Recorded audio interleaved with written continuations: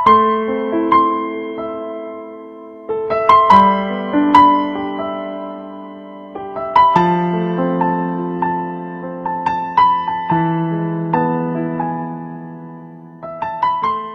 ڕۆشنبیری و پێشکەوتنی هەر کۆمەڵگایەک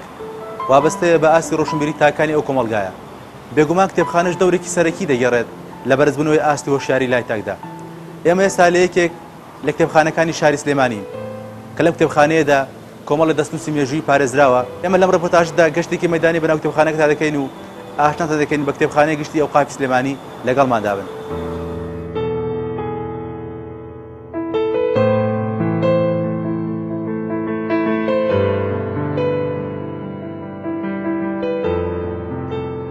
کتێبخانەی بەڕێوەبەرایەتی ئەوقافی سلێمانی یەکێک لە کۆتنی کتێبخانەکانی کوردستان و عێراق. مێژووی بوونیادنانی ئەم کتێبخانەیە دەگەڕێتەوە بۆ سەردەمی بابانیەکان.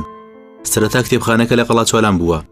دواتر گواستراوەتەوە بۆ شاری سلێمانی و لە ناو مزگەوتی گەورەدا شوێنێکی تایبەتی بۆ دابین کراوە. لە ئێستادا ئەم کتێبخانەیە زیاتر لە 40,000 کتێبی بە زمانە جیاوازەکان تێدایە و بەشێکی تایبەت کراوە بە دەستنووسەکان کە پێک دێت لە 2500 دەستنووس کە تا ئێستاش بە پارێزراوی ماونەتەوە.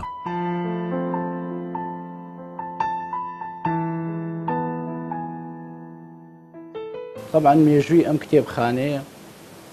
بنەڕەتی کتێبخانەکە بریتیە لە پاشماوەی کتێبخانەی بابانیەکان کە لە قەڵات چوالانە بۆ ئەم کتێبخانەیە بە ئەساس کتێبخانەیەکی زۆر بە نرخ و مەزن بووە، کتێبی زۆر نایابی تیا بووە، دەستنووسی وای تیا بووە کە بە خەتی مؤەلیفەکەی بە دەست و خەتی مؤەلیفەکەی نووسراوەتەوە. بۆ نمونە یەکێک لەوانە قورئانەکەی شێخ مەعروفی نۆدێیە بەڕێز شێخ مەعروفی نۆدێیی کە ئێستا خۆشبەختانە لێرە هەیە و بەڕاستی خەتێکی زۆر جوان و شێوازێکی هەندەسی زۆر جوانی تیا بەکار هاتووە بۆ نووسینەوەکەی کە خۆی لەو سەردەمەشە ئەمینداری کتێبخانەی ئەم کتێبخانەی میرنشینی بابانیەکان بووە. کاتێک کە بڕیاریان داوە لە ساڵی 1984 پایتەختیان گوێزنەوە بۆ ئێستای شاری سلێمانی کە ئێستا شاری سلێمانی پێ ئەوترێ، ئەو کاتە هەندێ بناغی بیناوشتیان ناوە مزگەوتی گەوریان دروست کردووە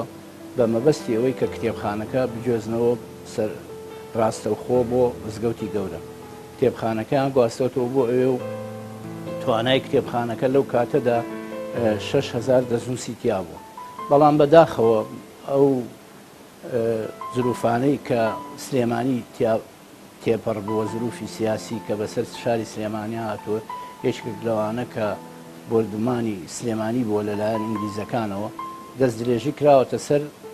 کتێبخانەی ئەوقاف و کتێبەکانیان هێناوەتە گۆڕەپانی مزگەوتی گەورە و بەشی زۆریان سووتانە و لە ناویان بردووە. تەنها 600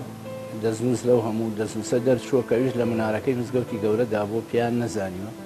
بەڵام بەهیمەتی خێرخوازان و دۆستانی کتێب و کتێبخانە لە دوای ئەوە هەستاون پیتاچێکیان کردوتەوە بۆ کتێبخانە و کتێبخانەکەیان زیندوو کردوتەوە و خۆشبەختانە ئێستا ژمارەی بەڕاستی دەستنووس وەکو ژمارەی کتێبی مەطبوع نییە، چونکە کتێبی مەطبوع لەسەر نیظامی دیوی عشری بەڕێوە ئەبرێت، بەڵام ئەمان هەر بە حسابی ئەو کاتە و ئەو ڕۆژەی کە دەستنووسێکیان دەستکەوتووە تەسجیلیان کردووە لەبەرەوەی دەستنووس مەجامیعی تایە و ژماردنی تۆزێ ئاڵۆزە. بەڵام ئێستا بەدانە زیاتر لە 1500 دەستنووسمان 2500 دەستنووس لەم کتێبخانەیە هەیە خۆشبەختانە لە هەموو بوارەکانە. دەربارەی زمانەوانی بە فارسی و عەرەبی و کوردی دەستنووسیان تایەوە، بەشی زۆری مؤەلیفەکانیشیان کوردن، لەوانە کاک ئەحمەدی شێخ و شێخ مەعروفی نۆدێی و مەلا ئەبوبەکری موسەنیف و مەلا ئەبوبەکری میرڕۆستەمی و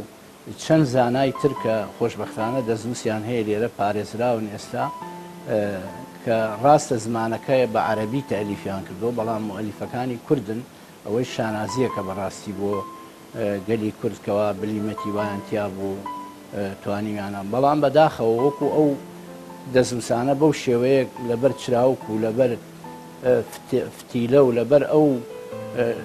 ئەداتە کۆنانەی پێشوو کە کراون خۆی دەستنووس یعنی بەدەست ئەنووسرێت، هیچ ئامێرێکی کەی تیا بەکار نەهاتووە. بەڵام ئێستا پاراستنەکەیان وەکو پێویست نییە و وەکو پێویست ئاوڕی لێنەوەراتەوە. ئەنجا ئەم دەورانەی کە بەسەر کتێبخانەی ئەو قافهاتەوە بەو دەورانات تێپەڕیوە، قۆناغی یەکەمی لە قەڵاچوالانەوە هاتوۆتە مزگەوتی گەورە، قۆناغی دووەمی لە ساڵی 1970 لە مزگەوتی گەورەوە چۆتە ژێر شوقەکانی سێ حەسەن کە لەوێ کتێبخانە ئەوقاف ئەوانەی کە خەڵکی سلێمانین بەشی زۆریان نەزان لەوێ کتێبخانەکە لە خزمەتگوزاریە بۆ بەڕێوەبەری یەکەمی بەڕێز مەلا مەحموود بووە، مەلا مەحموودی گەڵاڵی، دوای ئەو کاک محەممەد فەتاح بوو و لە 2002 تقریبان بەندە بووە کە مجرە کاک محەممەد فەتاحم وەرگرتووە. لە دوای ئەوە بۆ 2007 کتێبخانە هاتوۆتە ئەم بینایی ئێستا کە مزگەوتی جیهادیان پێوتەوە بەرامبەر دەرگای چاویلاندا ئێستا حاڵیان.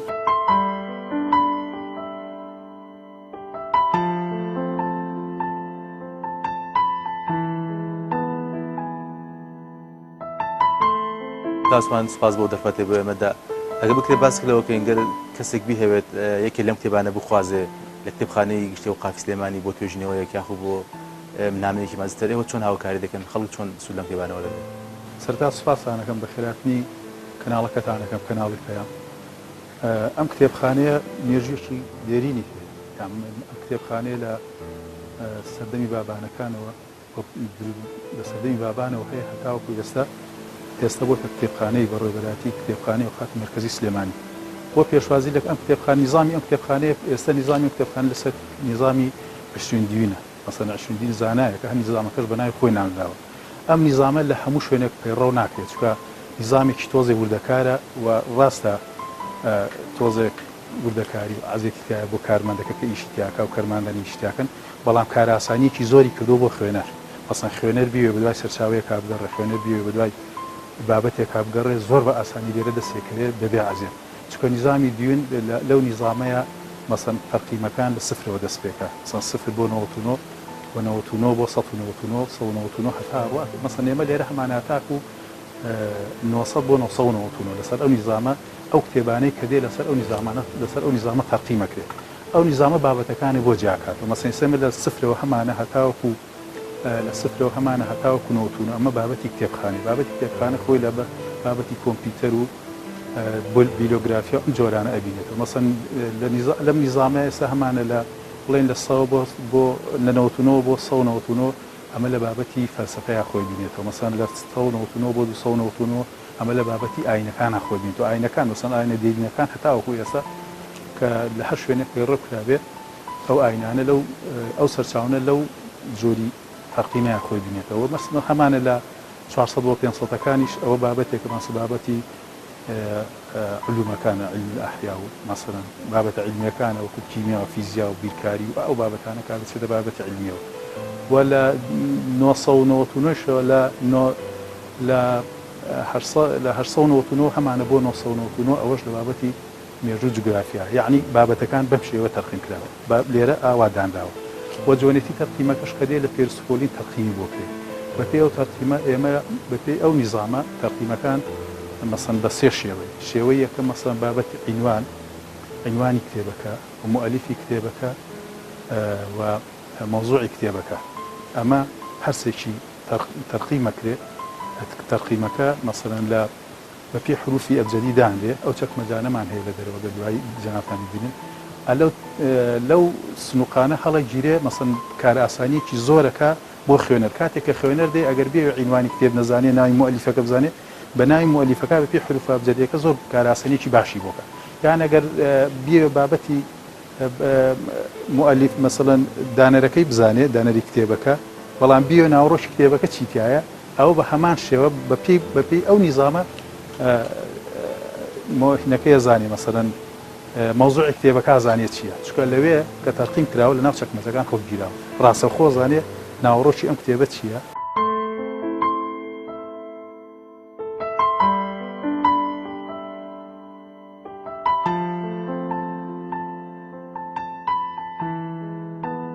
بەشێکی گرنگی ئەم کتێبخانەیە بەشی دەستنووسەکانە. لە ئێستادا بەهۆی نەبوونی شوێنی تایبەت و پلەیگەرمی گونجاو زۆرێک لەم دەستنووسانە لەوانەیە لە داهاتوودا ڕوبەڕووی مەترسی لە ناوچوون ببنەوە. دەستنووسەکان لەم دۆڵابانە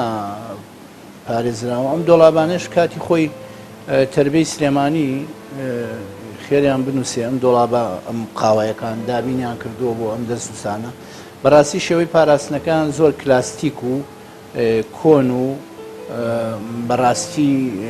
لە ئاستی پێویستانیە و لە ئاستی دەستنووسەکانە نییە دەستنووسەکان تا بتوانێت و بڵێیت بە نرخن و دەستنووسی باشی تایە بەڵام خزمەت گوزارەکانیان وەکو پێویست نییە ئەبواە ئەم ژوورە تەهوێی تایبەتی هەبواە ئەبواە ئێستا ئامێرێک هەیە کە هەڵمێکی تایبەت بڵاو کاتەوە دژ بە هەندێک جەراسیم و مۆرانە و شتانەیە کە لە کاغەز ئەدا بەڵام ئێمە نیمانە ئێمە هیچ دەستگایەکی پێشکەوتومان نییە بۆ پاراستنی نە بۆ خەزنیان نە بۆ پارستن هەندێک کۆمپیوتەر و ئامێری دواکەوتومانێ اونجا ئێمە ئێستەگەر یەکێ بێ یا بە کامینەی دیجیتال بۆی ڕسمەگرین یا سکانەرێکمانەیە بۆی سکانەکەین بۆ ئەو خوێنەرەی ماجستێر و دکتۆرا و ئەتوانین شریتێکی بینێ ئەجینا ئێمە هەتا ئێستا ئامێرێکمان نییە کە بتوانین ئێمە لەگەڵ ئەوەی شالوانێ زیاتر لە 500 دەستوسمان بەو شێوازەیە خەزم کردووە لە ڕامێکە وردەوردە هەر کاریکیا ئەەکەین کە هەر خوێنەرەیە ئیشێکمان بۆ کرد بۆ خۆشمانی حفزەکەین ئەو دەستنووسە ئەو کارەمان کردو بەڵام بەڕاستی ئەو کارەیە بەم شێوازە ناکرێ ئێستا سکانەری پێشکەوتوو هەیە ئەڵمانی کە بە دەفتەرێکە دەفتەر و $9 و هەروەها مەشفایەک ئەتوانی بکەیتەوە بە هەمووی لەوانەیە کولفەی 3 دەفتەر 4 دەفتەری بێ و بەڵام بیناکە تۆزێ جێگایەکی تایبەتری بواە و ئێستا دۆڵاب هەیە شێوازی تازێ بۆ پاراستنی هەمووی ئەلکترۆنی و کۆنتترۆلە خۆی داخرێ خۆی کرێتەوە تەهوێی تایبەت هەیەەوە ئەبینی ئەم ژوورە چەند داخرا و ینی خنچێنەرە بۆ کاغەزەکان بۆ بەڵامساتوانی دانێ ببینی لەەوە بنووسێن لە ئەنجامی کۆنی مانەوەیان لێرە ئەم دۆڵابی سێهەمە بەڕاستی مەجموعەیەک دەزووسی بە نرخی تایە ژمارەی زۆر و دەزووسی بە نرخ و کۆن ئەوە سەحیحی موسلیمە لێرە ئەحادیسی سەحاحی ستەیە وەها ئەمەش ئەحادیسەکانی مامۆستا پێچی ئەمانە بە جۆرێ پڕەکان ناسک بێتەوە لەوان لە کاتی هەڵبانەوەی پڕەکانە وەڵا ئەبێ زۆر پارێزگاری بکرێ ئێمە هەرچ کاتێکەکە ئینە بین بە خوێنەر خۆمان بە دیارە دانیشین لەبەرەوەی هەتا ئەتوانێت پارێزگانی بکە ئەمەش ئێستا هەر حادیسەکانە بەڵام بە زمانی فارسی ئەتوانین دانەیە مامۆستایریکەی لەم چیت پێخۆشە ئەتوانین کامیان مێژوویکی کۆنی هەیە یاخود سەرچاوێکی کۆنی لە سەرچاو کوردیەکان تەفسیری ئەسڵامەکە شتمان شەرەفنامە بوونی هەیە لەم دەستانەدا مامۆستا شەرەفنامە ئەڵێن هەیە بەڵام لەوانەی شێخمەی حاڵایە بەڵام ئەوەی شتا دەستنیشان نەکراوە بە وردی ئەمەش تەفسیری فارسیە ئەمە سەحاحی ستەی ئەحادیسی 6 مینەکەی موسلیم و بوخاری و ابن ماجە و ترمزی و ئەوەی کە بڕا پێکراون لە حەدیسە خەتێکی زۆر جوانە ئەمە لە مێژووشی هەیە ئەمەش مێژوو بە زۆر پەڕەکانی ناسک بۆتەوە لە کاتی هەڵبانەوەی هەزبەکە گرت بێ زۆر پارێزگاری بکرێ لە کاتی هەڵدانەوە بەکارهێنانێ توێژینەوە لەسەر ئەم دەستوانە کراوە مامۆستا تا ئەمە ئێستا ماجستێر و دکتۆرا لەسەریان کردووە توێژینەوە لەسەر ئەمانە بەڵام خۆ هەموو کتێبەکە نا بەشێکی مەسەلەن فقەکان ئەبوا بە مەسەلەن هەیە بەس کتاب الطەهارەی کردو هەیە کتاب الصەلاتی کردو هەیە سەومی کردو مەسەلەن هەیە بەس فەرائیزەکە میراسەکە بە تەنیا چونکە ناتوانێت ئێستا ئەمە زیاتر لە 400 ئەوەندە پەڕەیە ئەمە ناکرێت کە هەمووی یەک خوێنەر توێژینەوەی لەسەرکە بەڵکو ئەمە بە 25 کەس 30 کەس توان توێژینەوەی لەسەر بکەن چونکە بۆ ماجستێر جاری وا هەیە ئێمە پێ ئەڵێن لەوحە 30 لەوحە بێ کافیە بۆ ماجستێر ئەو پەڕێگەر زۆر لەسەری بڕوا 60 لەوحەی ئەوێ کەوا بێ کتێبێکی وا بەشی 10 کەس 15 کەس ئەکا بۆ توێژینەوە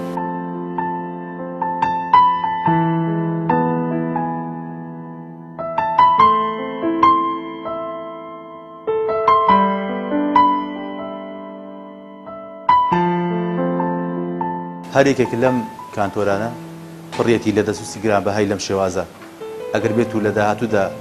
بە شێوازێکی مۆدرن و لە شوێنێکی گونجاوە پارێزگای لێ نەکرێت سەرمایەکی مێژووی لەدەست دەدەین ئێمە لێرەوە داواکارین لایەنی پەیوەندیدار ئاوڕێکی باش لەم کتێبخانەی باتەوە بۆی ئەم سەرمایە مێژوویانە لەدەست نەدەین و نەوەکانی داهاتوو مێژوەکەمان وەک خۆی بگەڕناوە.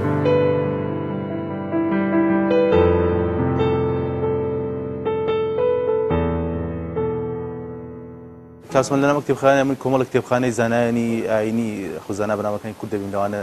مامۆستا جەمال بابانە لەوانە مامۆستا مەلا سعدیە چۆن ئەم کتێبخانە گەیشتون بەدەستی ئێوە؟ ئەم کتێبخانەیە ئەمە کاتی خۆی لای خۆیان بووە بەڵام کاتێک کە مەسەن وەفاتیان کردووە حەزیان نەکردووە بفرۆتێ لە فۆتان بیپارێزن ئەم کتێبخانیان بە شوێنێکی ئەمید زانیوە و بۆ ئەوەی کەنەوەکانی دوای خۆشانی سفادی لێ بکەن بابەتی هەمووی سەرچاوی گریگی تیا مەسەن مەلا کتێبخانی مامۆستا مەلا سعدی زرناکۆیمان هەیە جەمال بابانمان هەیە مەصلح جەلالیمان هەیە شێخ حەمەدی گاپێڵۆمان هەیە و مەلا عەبدوڕەحمان مەلا کاکە حەمید ڕەباتمان هەیە مەلا عەبدوڕەحمانی کۆڵمان هەیە ئەمانە کتێبخانەی تایبەتن هی خۆیانن لێرە پارێزراون جێ ئەم کتابانەشی تیا و ئەمانش سەرچاوی گرنگن سەرچاوی گریگی تیا مەسەن هەر کەسێ بێت هەست کەسێ بتوانێت سدانیەکە توانێت ئیسفادە لەم کتێبانەش بکات طبیعی هەر بۆی بەس بۆ ئەوەیە کە خوێنەر و خەڵکی سفادی لێ بکات هەڕوویەکەوە کە بیەوێت هیچ دەستنووسێکی لەم ناو ئەم کتێبخانە لەوانە ئەم کتێبخانی مامۆستانە شتێک بێت تا ئێستا بڵاو نەکرابێتەوە هەبووە بەستیەوە گەشتی بێت ئەوەی مەسەن ئەوەی کە زۆر جار خۆیان خاوەنەکانیان بڵاویان کردوتەوە ئەگەر شتێک بچێتە بابەسی دەستنووسەوە بەشی دەستنووسەکانمان هەیە ئەچێتە ئەوێ مەسەن مەخطوطە بەشێکی جیاوازە ئێمە هەمووی مەطبوعەیە مەطبوعەوانە کە چاپکراون ئەمانش هەر تایبەتن بە بنەماڵی خۆیان مەسەن ئێستا شێخ محەممەدی خاڵمانە شێخ محەممەدی خاڵ یەک دنیا مەخطوطەی هەیە ئەوە بنەماڵەکەی خۆیان لە ڕێی وەزارەتی ئەوقافەوە هێنایان لێرەدا ناو ئێستا مەخطوطەکانی شێخ محەممەدی خاڵ لێرەیە ئەو مەخطوطانە مەخطوطەی مهمن و خەڵک زۆری سفادیانەکە خوێنەر زۆری سفادیان ئەوانە لە بەشی مەخطوطن چکە مەخطوط ئەمانە هەمووی ئەم کتێبخانەیە ئێرە مەطبوعەیە ئەوانە کە چاپکراون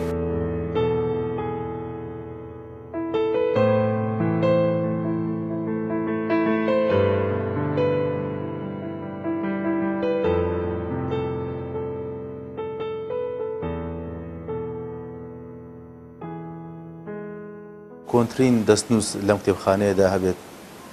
مێژوەکەی دیاریکراوە بەدەقیق هەیە والله تقريبا كونترينيان كتابك فقه شافعية غاية العظمى غاية العظمى فقه شافعية 610 ثمانيتي والله هیچ کام ڕوبەڕووی مەترسی فۆتانی ئەم دەستوسانە بوونەوە والله خۆی مەترسیەکە چییە مەترسیەکە کە خەڵک ئەڵێ مەترسی لەسەر ویا ئێمە ئەڵێن مەترسی لەسەر کتێبخانەیە خۆ ئەوە نییە کە بڵێ یەکێ شقارتەیەکی هێڵگرتو و خەریکە کتێبخانەکە بسووتێنێ بەڵام بەڕێستانەزان کاغەز تەمەنێکی دیاریکراوە حتا بەرد و ئاسن و ئەوانش کە زەمەنێکی زۆری بەسەرا هات وابزان گۆڕانکاری تیا ئەبێ و بەرەو فەوتانە ڕوا بە تایبەتی کاغەز تەمەنی کورتترە لەو شتانەی کە ئاسنوانە بەهێزترن بەرگەی هەندێ کێشە زیاتر ئەگرن وەکو ئا و ئاگر و ئەوانە بەڵام کاغەز شتێکی ناسکە حتممە ئەم دەسوسانش لەسەر کاغەز نووسراونەوە بە تێپەڕبوونی زەمن ئەگەر نەکرێن بە ئەلکترۆنی و کاریان بۆ نەکرێ و خەزن نەکرێن بە شێوازێکی عیلمی و سەردەمیانە بەڕاستی بەرەو لە ناوچوون ئەچن کە ئێمە ئەڵێن مەترسیەکە ئەوەیە بەڵام مەسای لە ڕووی کەش و هەوای خودت ئەم شوێنە ئێستا دەستوانێت یا پارێزراون تا چەند شوێنەکە گونجاوە بۆ ئەم دەست پرسیارێکی جوانە بەڕاستی خۆی ئەم جێگایە بۆ کتێبخانە نەسازاوە کتێبخانە بەڕاستی ئەبێ بیناکەی بە شێوازی عیلمی کتێبخانە بسازێ لە ڕووی هەوا و تەهوێ و ئەوانەوە هەروەها لە ڕووی چۆنێتی کتێبخانەکە و گونجاو بێ بۆ ئەو کتێب و دەستنووسانەی کە تایەتی بەڵام ئەمە بینایەکە سازاوە بۆ ئەوقاف بەشێکیان لێیاوە بە ئێمە و کردومانە بە کتێبخانە بەڵام لەبەر ئەوە بە هیچ شێوەیە گونجاو نییە بەڕاستی بۆ کتێبخانە چونکە بیناکە لە ئەساسا بۆ کتێبخانە نەسازاوە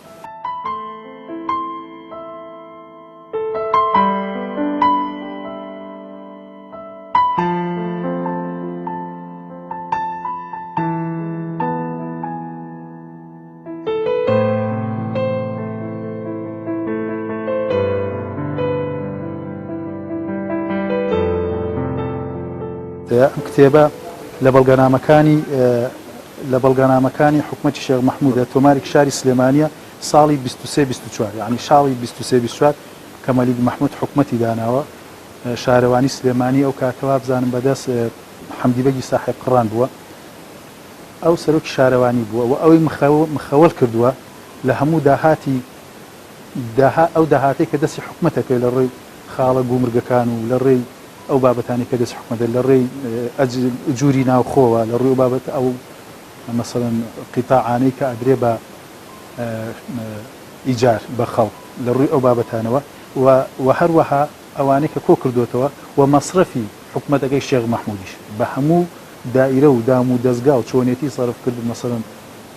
هەمووی دراوەتە دەست صاحب قڕان ئەو تەسەڕفی بە مەصرفەوە کردووە تەنانەت دیوانی مولوکانە و ماڵی شێخ مەحموود و حکومەتەکە خۆشی بە هەموو بابەتەکانەوە جا ئەم کتابە ئەمە کاتی خۆی ئەم کتابە کە لەوێ بووە پارێزراوە وابزان لە ساڵی هەشتا ویستیانە ئەمانە بسووتێنن مامۆستا عەبدوڕەقیب یوسف ئاگادار بوو و هەنێک لە دڵسۆزانی خەڵکی ئەم شارەش بەداخەوەیسە مەسەن ناوەکان لەیاد نییە لەگەڵ ئەوە چوون ئەمانیان لە ناو زبڵدانەکەی کۆ کردوێتەوە و ئەم بەڵگانیان پاراستۆنیان هێشتو و بەڵگەی زیاتریشی تیا بوو بەڵام ئەوان هی ئەم ساڵە نان هێشتۆ بسووتێهی ئەو ساڵیە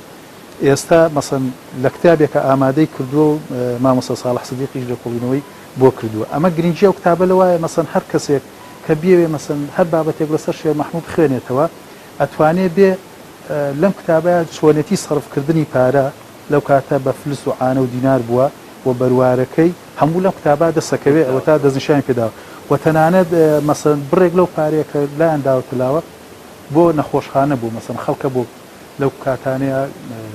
نەخۆشی زۆر بوو تایبەتی نەخۆشی تاعون و هەندێک نەخۆشی تر عیلاجی کەم بووە خەڵک لە بێکەسیە هاتووە ڕووی لە نەخۆشخانەی ئەو شارە کردووە ئەوەی کە بێکەس و بێپارە و بێتەرەتان بووە مەبلەغێک پارە بڕاوەتەوە بۆ ئەو جۆرە کەسانە کە بەلەدیە مەصرفی بکە لەو بابەتانەی زۆرتەیە بۆ فەقیر بۆ مەسەلەنەوانەی کە هیچ داهاتێکی هینیان نییە مەسەن بۆ خزمەت گوزاریەکانی ناو شار بۆ چاکردنی پشت بۆ پڕکردنەوە بۆ ئەو بابەتانە هەموو ئەلێرە دەستنیشان کراوە کە لە چ ڕۆژێک چ لە بەروارێک هەر بۆ یەکێک لەو بابەتانە حەزەکەم پێتان بڵێم مەسەڵەنەڵێ لە دیوانەی مەلیک مەحموودەوە لەم مانگەیە سێ سیوجگەر کڕاوە بۆ لەقلەقەکانی سەر دارتووەکەی بەردەم خانەقا ئەوەشی تیان نووسراوە تەنانەت ئەوەشی تیا تەجی کراوە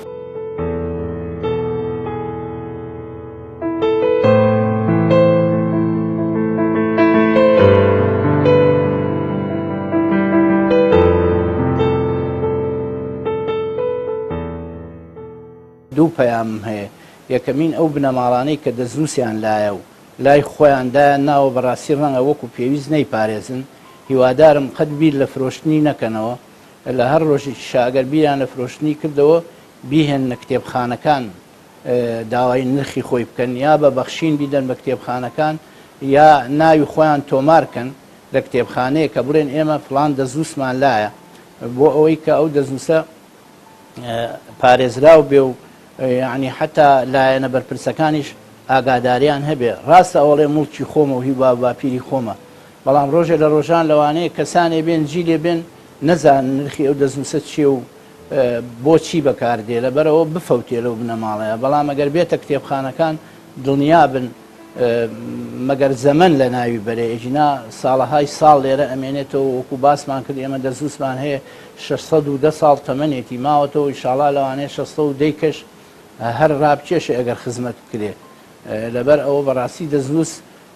عەرەب ئەڵێ لا یقەدەر بیسەمەن یعنی نرخی دیاریکراوی نییە و ناتوانانی نرخی بۆ دانەی چونکە هەرچەنی بۆ دانەی هەر کەمە بەنسبەت دەزنووسەوە دەزنووس بەڕاستی وەکو ئاڵتونیەوە شتێکی بە نرخە ئەوە پەیامی یەکەم پەیامی دووەمیش داوام هەیە لە بەرپرسان لەم کەناڵەوە لە ڕێگەی جەنابتانەوە کە ئەم گفتوگۆیی ئێمە بەوان بگا و مەترسی کتێبخانە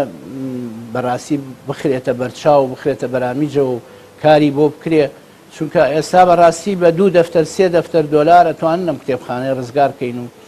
بیکەین بە کتێبخانەیەکی ئەلکترۆنی و مەشفایەکی بۆ دروستکەین و مختبەرێک و بیپارێزین بە شێوەی سەردەمیانە بەڵام ئەگەر